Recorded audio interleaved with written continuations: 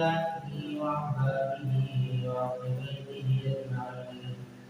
أما بعد فأعوذ بالله من الشيطان الرجيم. بسم الله الرحمن الرحيم. ألا إن أولياء الله لا خوف عليهم ولا هم يحزنون الذين آمنوا وكانوا يتقون. آمنت بالله صدق الله العلي العظيم وبلغنا على رسوله النبي الكريم الأمين ونحن على ذلك من الشاكرين والشاكرين والحمد لله رب العالمين. إن الله وملائكته يصلون على النبي يا أيها الذين آمنوا صلوا عليه وسلموا تسليما. محبت کے ساتھ شوق کے ساتھ بابا سلام السلام علیکم یا سیدی یا رسول اللہ وعلى آلك وصحبك يا سيدي يا رسول الله. السلام عليك يا سيدي يا نبي الله وعلى آلك وصحبك يا سيدي يا جد الحسن والحسين.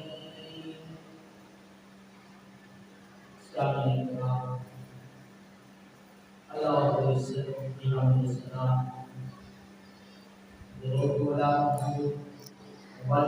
کے کائنات باعث تخلیق کائنات ہمارے آقا امام الانبیاء سید المرسلین خاتم النبیین حضور سیدنا محمد مصطفیٰ صلی اللہ علیہ وسلم آپ کی بارگاہ میں نور اسلام کا نذرانہ عقیدت پیش کرنے کے بعد حضرات والا ماہ صبر المظفر کی آج 3 تاریخ ہے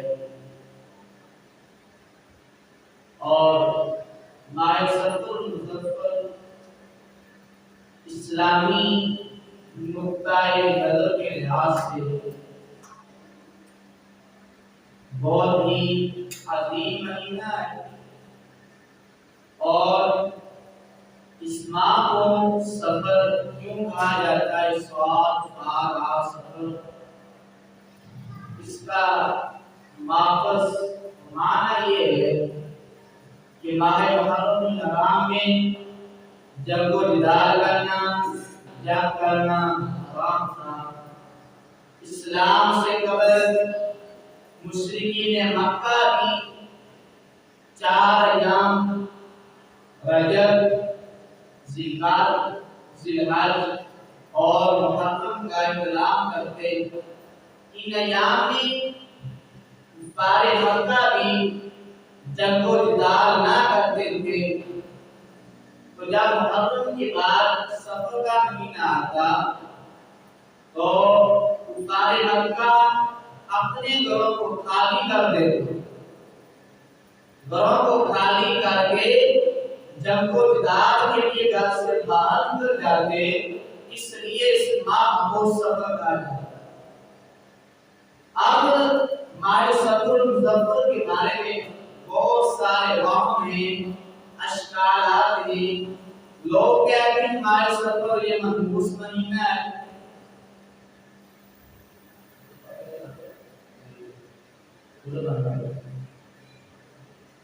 بہت سارے لوگ یہ کہتے ہیں ماہ صفر ایک منحوس مہینہ ہے اور اس مہینے میں شادی نہیں کرنی چاہیے، سفر نہیں کرنا چاہیے اور فلاں کام نہیں کرنا چاہیے.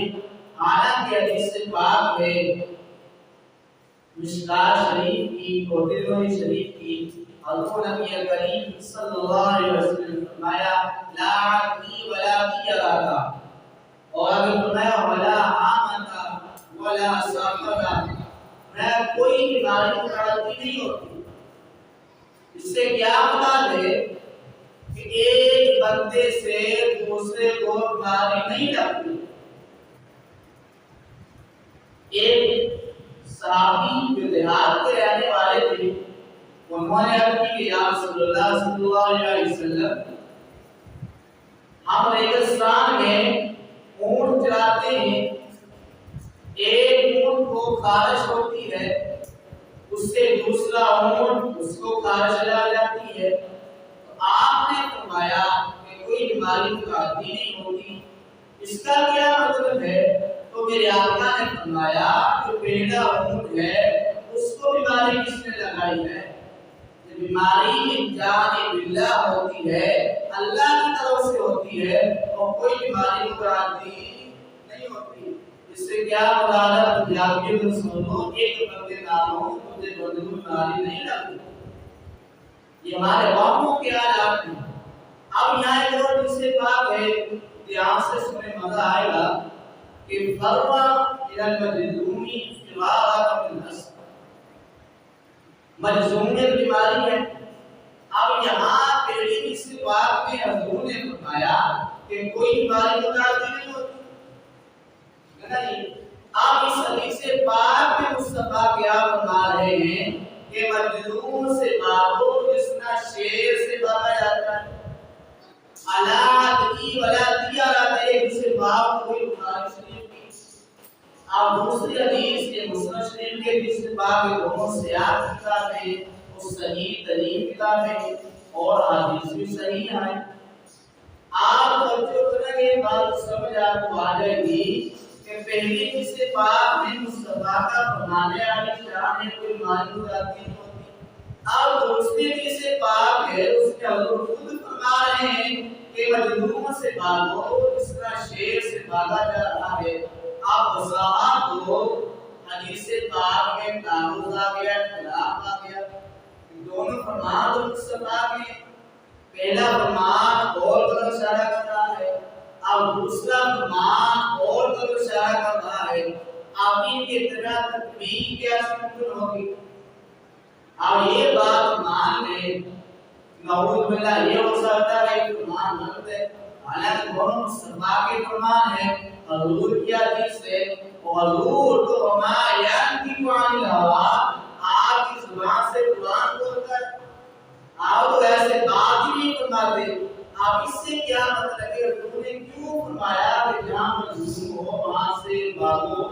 فرمایا گیا کہ بارش مونی نہ پیدا ہو جائے، ایک بندے کو بیماری لگ گئی اور دوسرا بندہ قریب تھا، اس کو کوئی بیماری لگ گئی، حالانکہ بیماری تو بھی جان باللہ ہوتی ہے، اس کے دل میں یہ خیال نہ پیدا ہو جائے کہ بیماری اس گناہ بندے سے لگی، اس خیال کو دور کرنے کے لیے بدگمانی اور بدشگونی کو دور کرنے کے لیے حضور نے فرمایا کہ مجذوم سے بھاگو جس طرح شیر سے بھاگا جا رہا ہے۔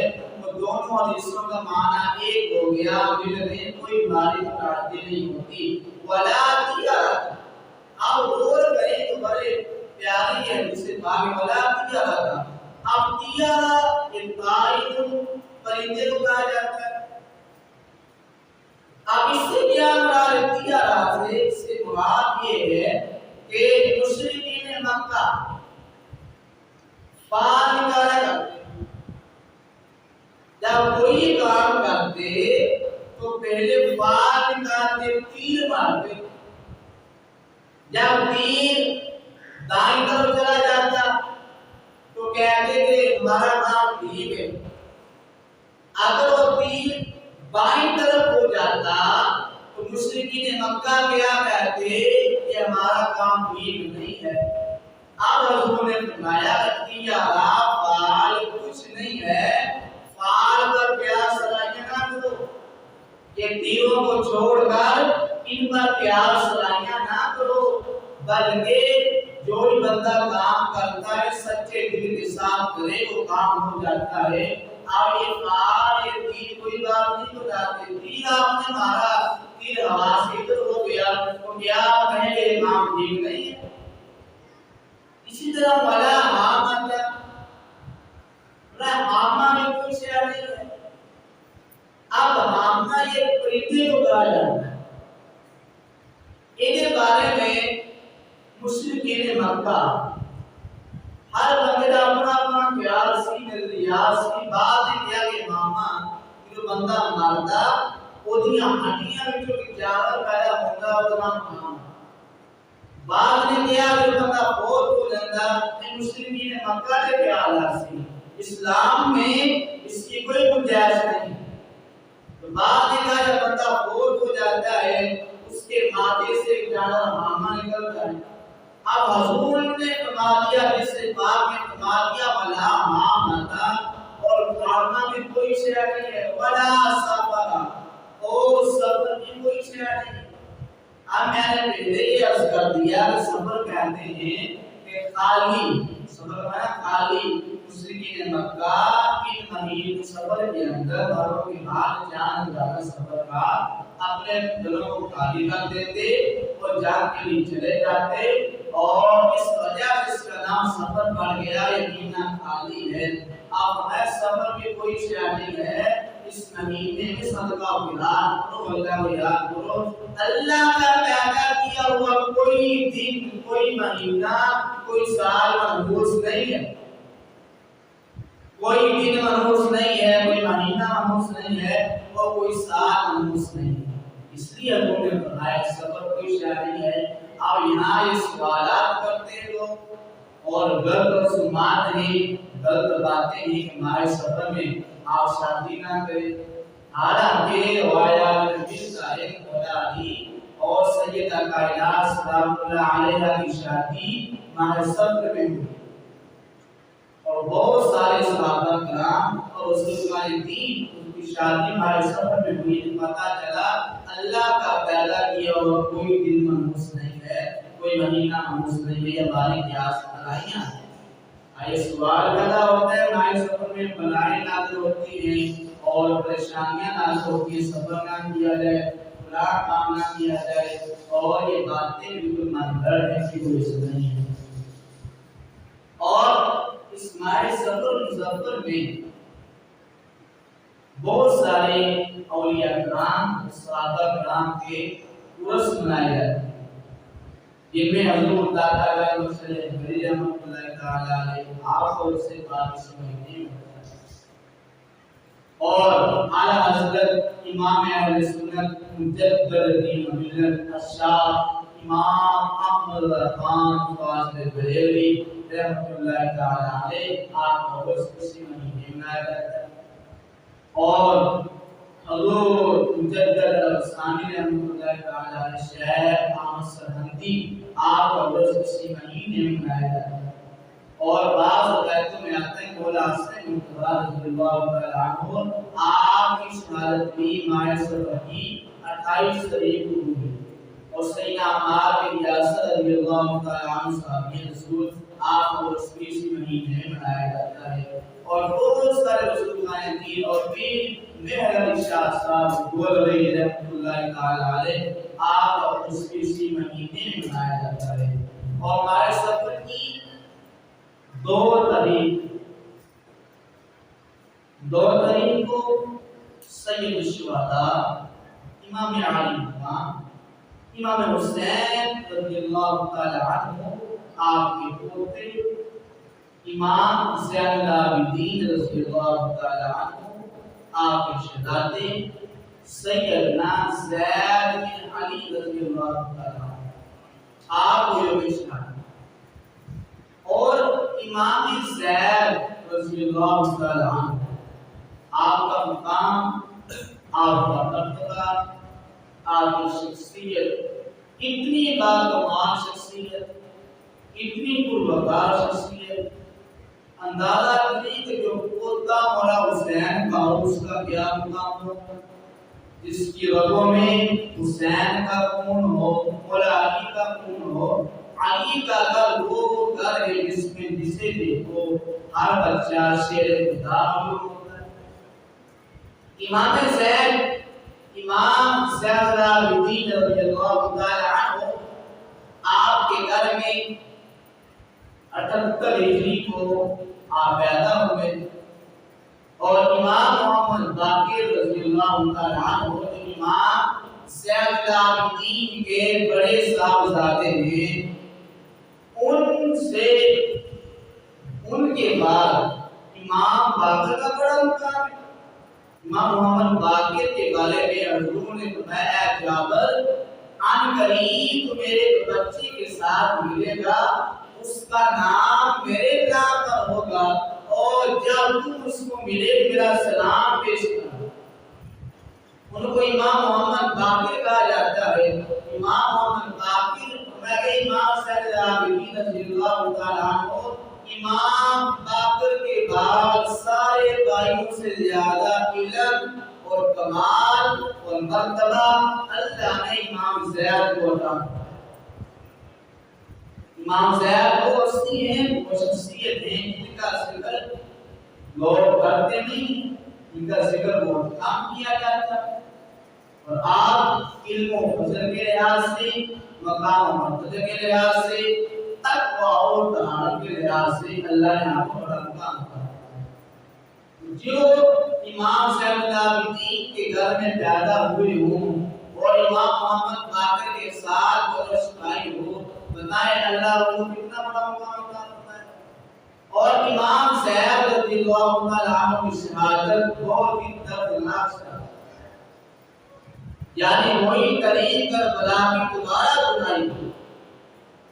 اور آپ امام ابو حنیفہ رحمۃ اللہ تعالی علیہ، امام اعظم ابو حنیفہ رحمۃ اللہ تعالی علیہ، آپ نے 2 سال امام زید سے علم حاصل کیا، اور امام جعفر الصادق رضی اللہ تعالی عنہ امام زید کے آپ نتیجے تھے۔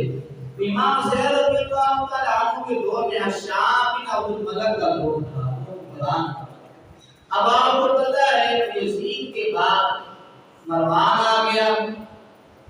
مروان ایک انتہائی ظالم غریب شخص تھا، اور اس نے اسلام کا اور خصوصاً اہل بیت طہار پر بہت ظلم کیا، اور سیدنا عثمان غنی رضی اللہ تعالی عنہ کو شہید کرنے میں اس کا بہت بڑا کردار ہے۔ اس کے بعد دوسرے اہل بیت میں برا کیا تھا۔ یزید مر گیا، وہاں سے جہنم ہو گیا، اس کا بیٹا معاویہ بن یزید وہ ترک نشین ہوا، اور اس نے آ کے خطبہ دیا، پہلا خطبہ دیا کہ میں نے اس وقت کیا کرنا ہے جس پر مجھے اہل بیت طہار کی خون کی بو آئی، میں نے اس وقت کو کیا کرنا ہے۔ حکومت چھوڑی اور گھر میں چلے گئے، اور 40 دن کے بعد ان کا انتقال ہوا۔ اب اس کے بعد مروان آیا۔ مروان ایک تخت پر بیٹھ گیا، اس کے دور میں بڑا ظلم ہوا، بڑا ستم ہوا۔ اب یہ مر گیا، اور 65 ہجری میں اس کا بیٹا عبد الملک آ گیا۔ عبد الملک کے فوت ہونے کے بعد اس کے 4 بیٹے لگاتار تخت نشین ہوئے۔ اب ان میں اس کے بعد ولید آیا، ولید کے بعد ہشام آیا۔ ہشام کی انتہائی ظالم ترین شخص، بہت ظلم کرتا، اہل بیت طہار پر بہت ظلم کرتا۔ تو امام زید رضی اللہ تعالیٰ عنہ بڑا مقام کا علمی لحاظ سے بڑا مرتبہ تھا، اور اہل بیت طہار کے خاندان میں سے تھے، مولا علی کے پڑپوتے تھے، مولا حسین کے پوتے تھے۔ اب امام زید نے اس کے خلاف اعلان کیا کہ اے ہشام، تمہارے کارنامے ٹھیک نہیں ہیں، تمہارا کردار ٹھیک نہیں ہے۔ جیسے مولا حسین نے یزید کو کہا تھا کہ تمہارا کردار ٹھیک نہیں ہے، میں تمہارے ہاتھ پر بیعت نہیں کر سکتا، تو ظالم ہے، شرابی ہے، تو زانی ہے، تارک نماز ہے، اور تو محرمات کے ساتھ نکاح کو جائز قرار دیتا ہے، شراب پیتا ہے، لہذا میں حسین ہوں، میں علی کا بیٹا ہوں، میں تیرے ہاتھ میں ہاتھ نہیں دے سکتا۔ اسی طرح مولا حسین کے پوتے نے ہشام سے کہا ہشام تو باز آ جا، تمہارے کام ٹھیک نہیں ہے۔ اب ادھر کوفہ والوں نے پھر امام زید کو قتل کرنے شروع کر دیا کہ آپ ہمارے پاس آئیے، ہم آپ کی بیعت کریں گے، آپ ہمارے سربراہ بنے، ہم آپ کی سربراہی میں ہشام سے جنگ کریں گے۔ وہی طریق دہرائی گئی جو کربلا میں دہرائی گئی تھی۔ مولا حسین کو کھاتا ہے، مولا حسین کو بلایا گیا، اس کے بعد میری فائل کی گئی. آپ امام زید رضی اللہ تعالیٰ عنہ نے مشورہ کیا امام جعفر صادق سے. امام محمد باقر نے فرمایا تھا کہ آپ نہ جائیں. امام جعفر صادق رضی اللہ تعالیٰ عنہ آپ نے نبی کے چاچا جان آپ نے دیکھا ان کوفہ والوں نے ہمارے بابا مولا علی کے ساتھ ظلم کیا. ان کو پہلے بلایا, بلا کر بے وفائی کی. اس کے بعد ہمارے چاچا مولا حسن کو بلایا, بلا کر ان کے ساتھ بے وفائی کی گئی. جب مولا حسن نے سیدنا میرے معاویہ رضی اللہ تعالیٰ عنہ کے ہاتھ پر بیعت کی, ان کوفہ والوں نے نعوذ باللہ ایک بندے نے مولا حسن کے منہ پر تھپڑ مارا اور آپ کے نیچے سے مسلح پھینکا دیا. اور پھر امام جعفر صادق نے عرض کی کہ چاچا جان آپ نے دیکھا نہیں ان کوفہ والوں نے ہمارے باپ مولا حسین کے ساتھ کیا کی. ان کو پہلے بلایا, بلا کر ان کو شہید کر دیا گیا اور بے وفائی کی اور عہدے کو چھوڑ دیا, وعدے کو چھوڑ دیا. امام زید رضی اللہ تعالیٰ عنہ آپ نے فرمایا مجھے خبردار ہے میں نے وہاں جانا ہے. امام زید رضی اللہ تعالیٰ عنہ کوفہ میں گئے. کوفہ میں جانے کے بعد 15,000 کوفیوں نے اپنے ہاتھ پر بیعت کر لی. بیعت کرنے کے بعد کہا گیا ہم آپ کے ساتھ ہیں, ہم آپ پر جانے قربان کر دیں گے, اپنا مال قربان کر دیں گے, ہم اپنے بچے اہل بیت اللہ کے نام پر قربان کر دیں گے. اب شام کا لشکر ہے. اب ادھر امام اعظم ابو حنیفہ رحمۃ اللہ تعالی علیہ کوفہ کی بڑی مسجد یاد ہوئی. آپ سے سوال کیا گیا, ایک بندہ کھڑا ہوا, اس نے کہا امام صاحب آپ کا امام زید رضی اللہ تعالیٰ عنہ کے بارے میں کیا خیال ہے, ان کے ساتھ جہاد کرنا چاہیے؟ تو امام اعظم ابو حنیفہ رحمۃ اللہ تعالی علیہ نے جواب دیا, سننے کے قابل ہے. امام صاحب نے فرمایا تھا کہ امام زید کے ساتھ مل کر شام کے خلاف جہاد کرنا ایسا ہے جیسا بدر میں مصطفیٰ کے ساتھ جہاد کرنا. کتنا بڑا امام اعظم بہت بڑا امام, اور اس کے بعد امام اعظم ابو حنیفہ رحمۃ اللہ تعالی علیہ نے اپنا بہت سارا مال امام زید کو پیش کر دیا کہ آپ اس کو جہاد میں استعمال کریں.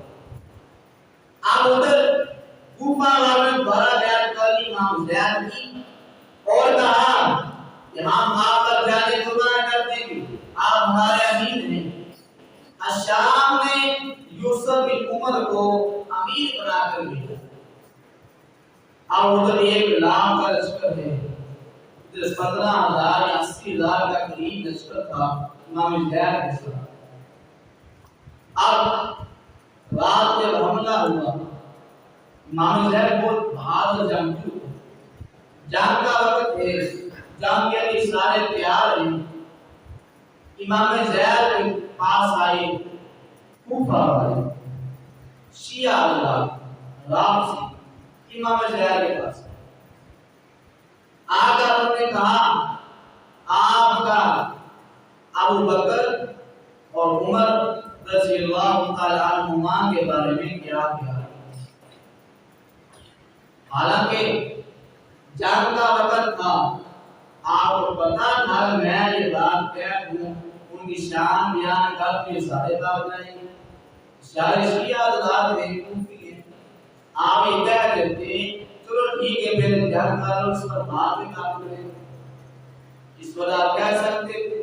لیکن آپ نے وہاں فرمایا کہ ہمارے گھر میں ان کا نام عزت و احترام سے لیا جائے, ان کی شان بیان کی جاتی ہے. اور پھر انہوں نے کہا, کوفہ والوں نے شیعوں نے امام زید سے بھی کہا آپ کا سیدہ کائنات سلام اللہ علیہ کے بارے میں کیا خیال ہے؟ تو ان کو خلیفہ اول باقی فتح کا معاملہ تھا وہ نہیں دیا. اب امام زید نے کیا فرمایا؟ امام زید نے فرمایا اگر میں وہاں ہوتا وہی فیصلہ کرتا تو جناب صدیق اکبر نے فیصلہ کیا۔ اب یہ بات فرمانی تھی سارے بات 70-80 افراد امام زید کے ساتھ تھے، سارے کوفہ والے وہیں سے بھاگ کے امام کا ساتھ چھوڑ دیا، وہی کیا جو کربلا میں کوفیوں نے مولا حسین کے ساتھ کیا تھا۔ پہلے آپ کو بلایا، آپ بلا کر آپ کا ساتھ چھوڑ دیا، آپ کے خلاف ہو گئے، وہی طریق غالباً سال بعد وہی طریق دہرائی گی کہ کربلا والوں کو بلایا، اہل بیت اتحاد کو بلایا اور پہلے وعدہ کیا کہ ہم تمہارا ساتھ دیں گے، اپنی جانیں قربان کریں گے، اب ساتھ کو چھوڑ دیا۔ آپ اندازہ کریں کہ 1 لاکھ ہو یا 80 یا 100 بندہ ہو تو امام زید لڑے لیکن آپ اس لیے کر دیا، سارے ساتھی آپ اس لیے کر دیے۔ اور شہید کرنے کے بعد سب سے بڑا جو کام تھا آپ کے بیٹے ساتھ تھے اور آپ کے ساتھی ساتھ یہ تھا امام کو دفن کہاں کیا جائے۔ اور مجھے یہ پتا تھا شام بڑا ظالم بندہ ہے اور اگر آپ کو ایسی جگہ دفن کیا گیا جہاں اس کو پتا چل گیا امام کو وہاں سے نکال کر آپ کی بے حرمتی کرے گا اور نعوذ باللہ آپ کے جسم مبارک کو دوبارہ آپ کو شہید کرے گا، کاٹے گا اور ظلم کرے گا، بڑا ظالم بندہ تھا شام۔ تو فیصلہ یہ کیا ہوا کہ نہر کے درمیان آپ کو دفن کر دیا جائے، وہاں دفن کر کے نہر کو اوپر سے برابر کر دیا جائے، پانی گزرے گا پتہ نہیں چلے گا کہاں کو دفن کیا گیا۔ اب شام کے غلام نے امام زید رضی اللہ تعالی عنہ کو دفن کرتا ہوا دیکھ لیا،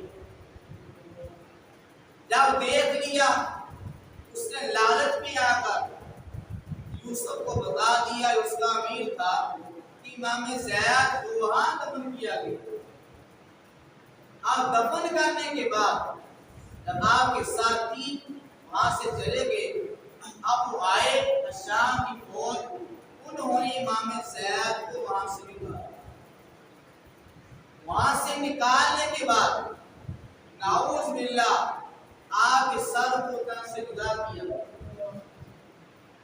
آپ کے جسم کو وہاں کوفہ میں لٹکا دیا گیا۔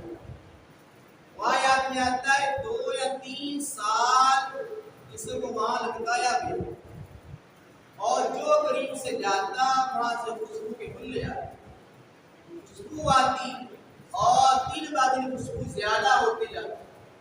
آپ کے سر کو کبھی کوفہ میں لے جایا گیا، کبھی مدینہ پاک میں لے جایا گیا اور جب 3 سال کے بعد شام مرا تو اس کے بعد جو خلیفہ آیا اس نے اتار کر آپ کو دفن کیا۔ اتنا ظلم ہوا اہل بیت اتحاد کا۔